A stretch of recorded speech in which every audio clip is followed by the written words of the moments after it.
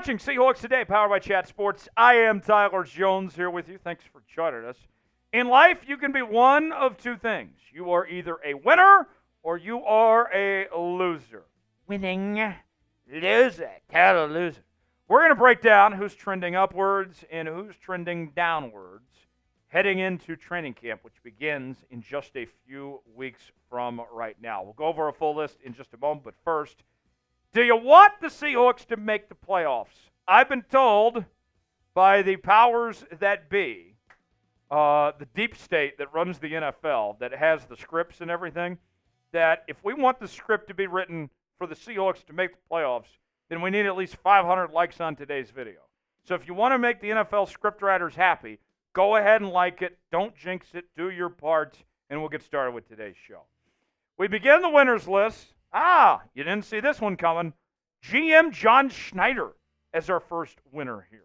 He even makes the graphic. He's got a nice action shot and everything, just like the rest of the players. How about that? Shout out Big Tex for that graphic.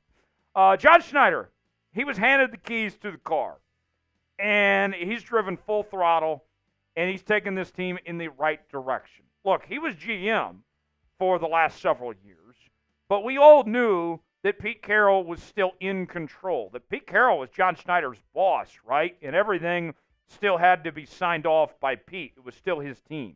John Schneider assumes control. This is his team now. He had to go find a head coach, did a really good job bringing in Mike McDonald.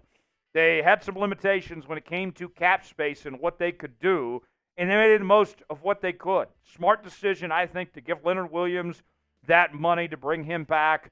They reworked the defense. They improved the defensive line, specifically when it came to run defense. I thought that John Schneider knocked it out of the park this offseason with what he had to work with.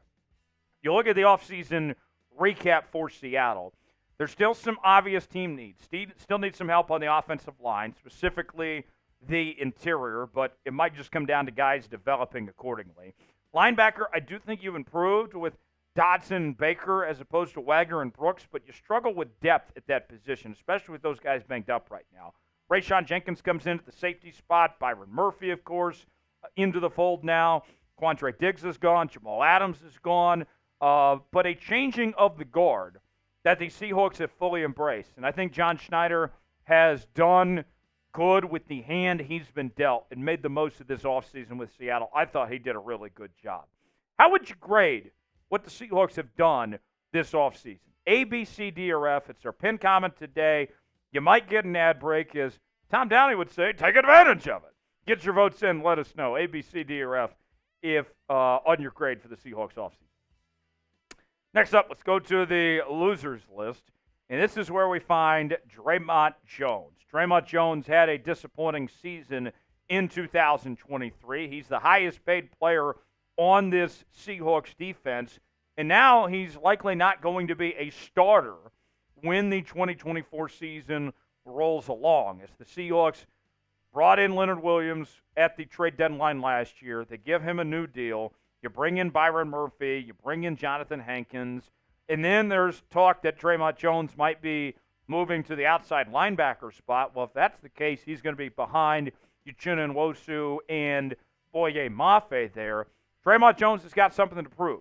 And coming off a season that was his worst in the last 4 years, where he was held to just 4.5 sacks, 5 tackles for loss, and no forced fumbles here, Dre'Mont Jones, it's put up or shut up time.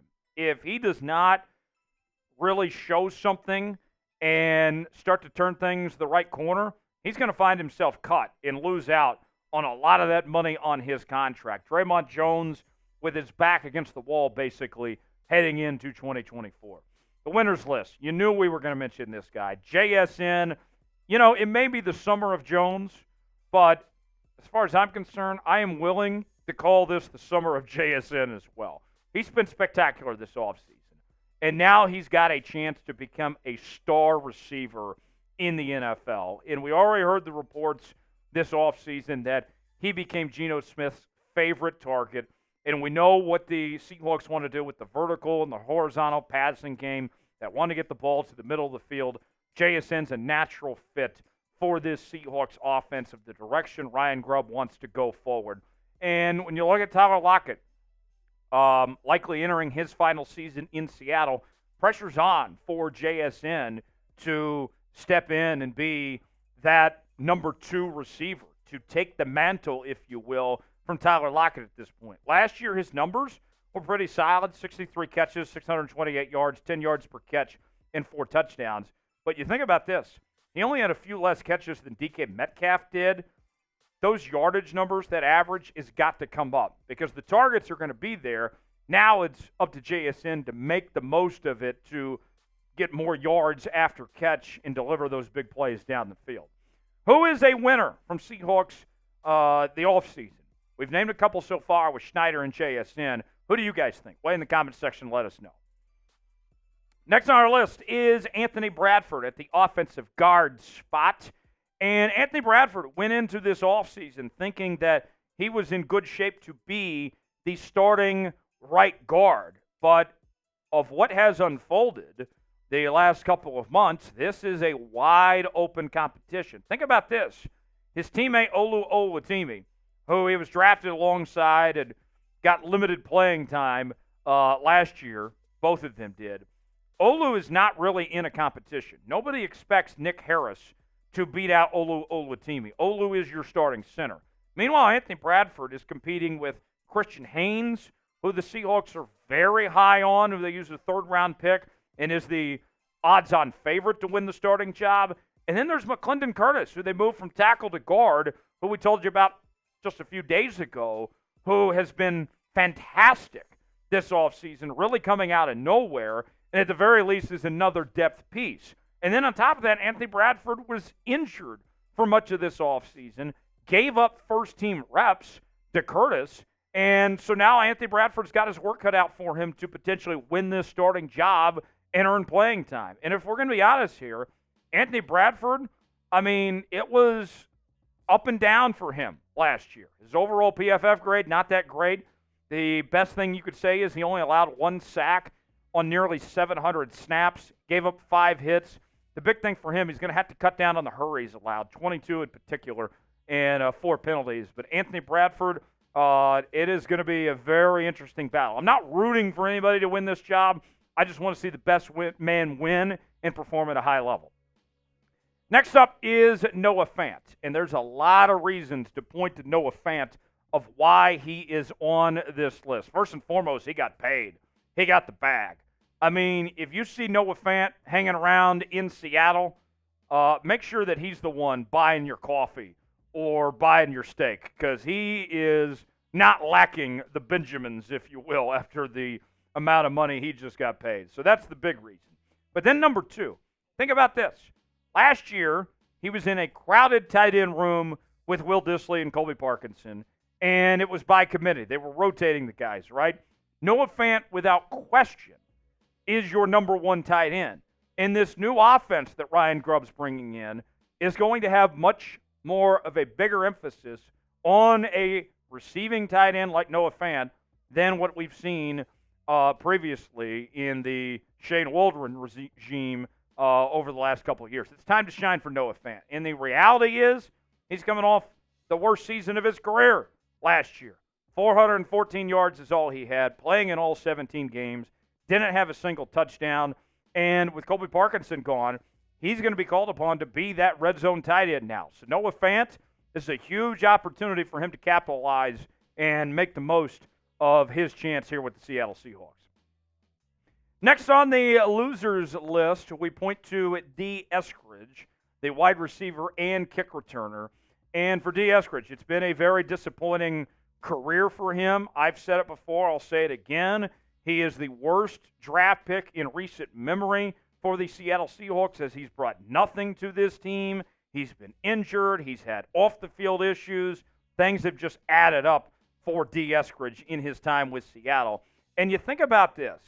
With the addition that they've made with bringing in Shenault, the receiver from Carolina, as well as having Jake Bobo, their undrafted free agent from last year, hashtag more Bobo, the odds are stacked against Dee Eskridge to make the 53-man roster at this point. If the season began today, Dee Eskridge would be on the outside looking in. He's going to need to have a fantastic camp and a fantastic preseason just in order to make this 53-man roster at this point in time. And we've heard from Mike Macdonald and others say that they're not looking for special teams specialists, okay? It's not going to be good enough for Dee Eskridge to just be a kick returner. In fact, he has no experience when it comes to punt returns either, so you can't count on him for that. He's going to have to do more in the receiving game. You look at the statistics, didn't have a single catch last year. Not one. Not one. Big Tax had just as many catches as Dee Eskridge did last season. 17 total for his whole career. 122 yards, 7.2 average, 1 touchdown. We know they got the new kickoff rules and everything, but there are other guys that can do what Dee Eskridge can do in the kick return game on this Seahawks team. Dee Eskridge, his back's against the wall right now. Who is a loser from the Seahawks this offseason? Who is a name that comes to mind? We've gone over a few. What do you guys think? Weigh in, let us know. Another on the winners list is Leonard Williams. The Seahawks traded for Leonard Williams at the trade deadline last year, and he was the best player on the Seahawks defense for the second half of last season. And then you go to this offseason. He enters free agency, and he got a bag too, just like Noah Fant did, right? A big chunk of change that he was handed. And now you look at where the Seahawks defense is going with what they've invested in the defensive line, going from a weakness to a strength overnight. He's going to play a pivotal role in this Seahawks defense. Watch out.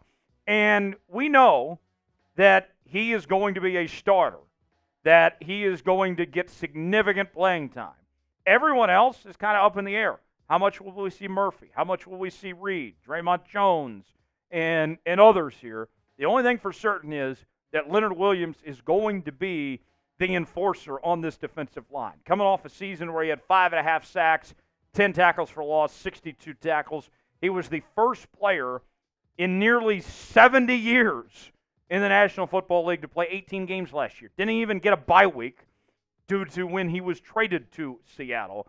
Watch out. I'm excited for Leonard Williams. Last on our winners list, the one and only, you know it was coming, Devon Witherspoon. And throughout the entire offseason, every day we heard Mike Macdonald open his mouth. He had something positive to say about Devon Witherspoon. If I were to guess, I think Devon Witherspoon is probably Mike Macdonald's favorite player, and rightfully so. He called him the smartest football player he's ever seen in the history of the NFL. And here's the fun part about it, folks. The best with Devon Witherspoon is yet to come. You look at the statistics last year, a Pro Bowl campaign for him where he just balled out. Remember, he showed up late to training camp after having a holdout, but yet still put it together with 79 tackles, 8 tackles for loss, 1 interception, and 16 pass breakups. Unreal. Now, when you look at his coverage statistics, when we head towards 2024, one thing that he will need to work on is the coverage stats to an extent. Gave up a few too many touchdowns. Completion percentage, okay at 57.4. I'd like to see that number come down. I would like to see Devon Witherspoon become that lockdown corner, and I think he can. If you enjoyed today's show, if you want the Seahawks to make the postseason, like the video, do your part, and we shall see you next time right here on Seattle Seahawks Today.